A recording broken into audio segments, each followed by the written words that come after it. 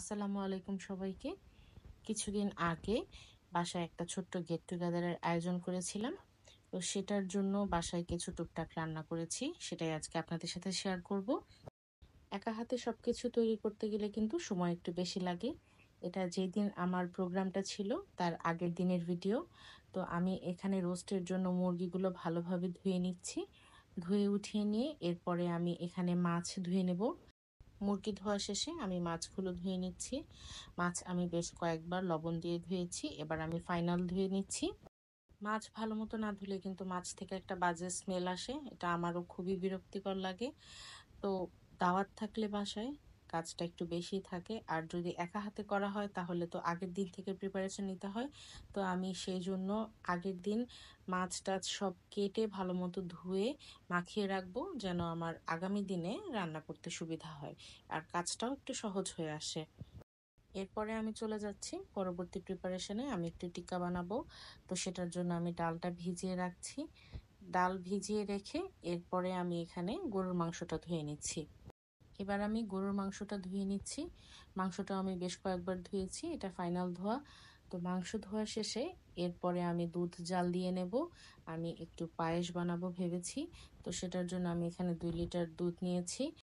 দুধ জাল দেওয়ার একটা ছোট্ট টিপস হচ্ছে, আপনি যে পাত্রে দুধটা জাল দেবেন সেখানে প্রথমে অল্প একটু পানি নিয়ে তারপরে দুধ ঢেলে এটা জাল দিলে দুধটা তলায় লেগে যায় না।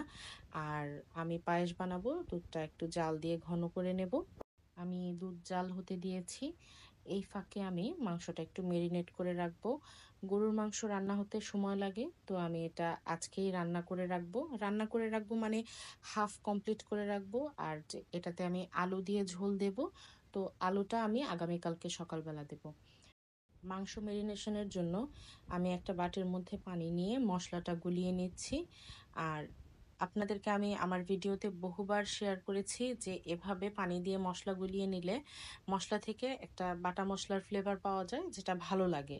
আপনারাও ট্রাই করে দেখবেন, আশা করি এই ট্রিক্সটা ফলো করলে আপনাদের রান্নাটা আরো ভালো হবে। মশলাটা আমি গুলিয়ে প্রায় 15-20 মিনিটের জন্য রেখে দিয়েছিলাম। এরপরে আমি মশলাটা মাংসের মধ্যে দিয়ে ভালো মতো মাখিয়ে নেব। মাখিয়ে মাংসটা আমি আজকে লাঞ্চের পরে এটা স্লো হিটে রান্নার জন্য চুলায় বসিয়ে দেব। বিফটা যখন আমি পরের দিন সকালবেলা আবার জাল দিয়েছিলাম, বাসার সবাই বলেছিল এটা থেকে কোরবানির মাংসের যে স্মেলটা সেটা আসছিল। তো এই কমপ্লিমেন্টটা আমার খুবই ভালো লেগেছে। আমি চেষ্টা করব নেক্সট ডে বিফ সবসময় এইভাবে রান্না করার জন্য। এছাড়া যখন আপনি বেশি পরিমাণে মাংস রান্না করবেন সেটা দেখবেন রান্না করতে সময়ও কম লাগবে। আর মাংস বেশি পরিমাণে রান্না করলে রান্নাটার টেস্টটাও খুব ভালো আসে। এটা আমি সবসময় খেয়াল করে দেখেছি, অল্প মাংস রান্না করার চেয়ে বেশি মাংস রান্না করলে সেটার টেস্ট ফ্লেভার দুটোই খুব ভালো আসে। তো আমার এই যে মাংস মাখানো শেষ, আমি হাত ধুয়ে পানিটাও অ্যাড করে দিলাম, চুলায় বসিয়ে দিয়েছি। এরপরে আমি এখানে মাংসতে যখন বলক এসেছে আমি এখানে পেঁয়াজ কুচি অ্যাড করেছি। ডালটাও এদিকে ফুলে গিয়েছে, আমি ডালটা ধুয়ে নিলাম। এর সাথে আমি চিকেন কিউব কিছু অ্যাড করলাম। আমি এটা টিক্কা বানানোর জন্য চুলায় দিয়ে দেব। ভিডিওটা দেখতে যত ইজি লাগছে বা আমি ভয়েসটা যত ইজিলি দিচ্ছি, আসলে বিষয়টা তত ইজি না, কাজগুলো অনেক কঠিন। আমি এখানে প্যাকেট কাবাব মশলা দিয়ে দিলাম, সাথে তেজপাতাও দিলাম, আদা রসুন পেস্ট দিয়েছি।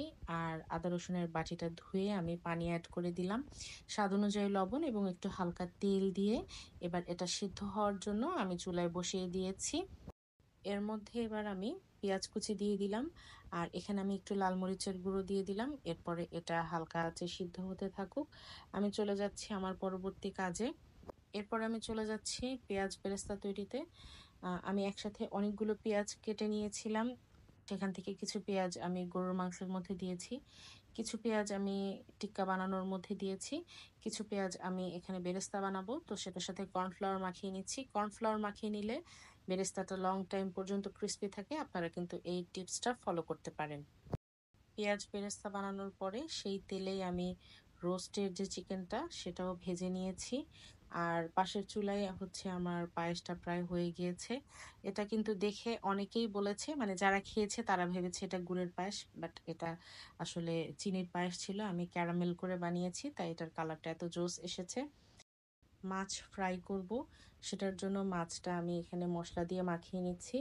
আর এটা কিন্তু আগের দিন আমি মাছটা মেরিনেট করে রাখছি। এর মধ্যে আমি লেবুর রসও দিয়েছি, যার কারণে মাছ থেকে কোনো বাজে স্মেল আসেনি, প্লাস মাছটা খেতে খুব ভালো লেগেছিল। তো এবার আমি সবগুলো মাছ ভালো মতো মাখিয়ে এটা আমি ফ্রিজে রেখে দেব। এই সব কাজ করতে করতে আমাদের ওইদিকে চিকেন টিক্কার সব কিছু সেদ্ধ হয়ে গিয়েছে।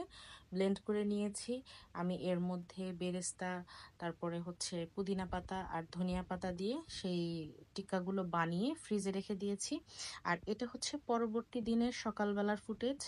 সকালবেলা আমি এখানে আলু কেটে ভেজে ঝোল দিয়েছি। আমার রান্নাবান্না কমপ্লিট। আমি অফ ক্যামেরায় কিন্তু আরও বেশ কিছু রান্না করেছিলাম, যেমন ভেজিটেবল করেছিলাম, তারপরে আমি এখানে একটা শুটকির আইটেম করেছিলাম, ডিম করেছিলাম, আর আচারি বেগুন করেছিলাম। আশা করি আপনাদের এই ব্লগটা ভালো লেগেছে।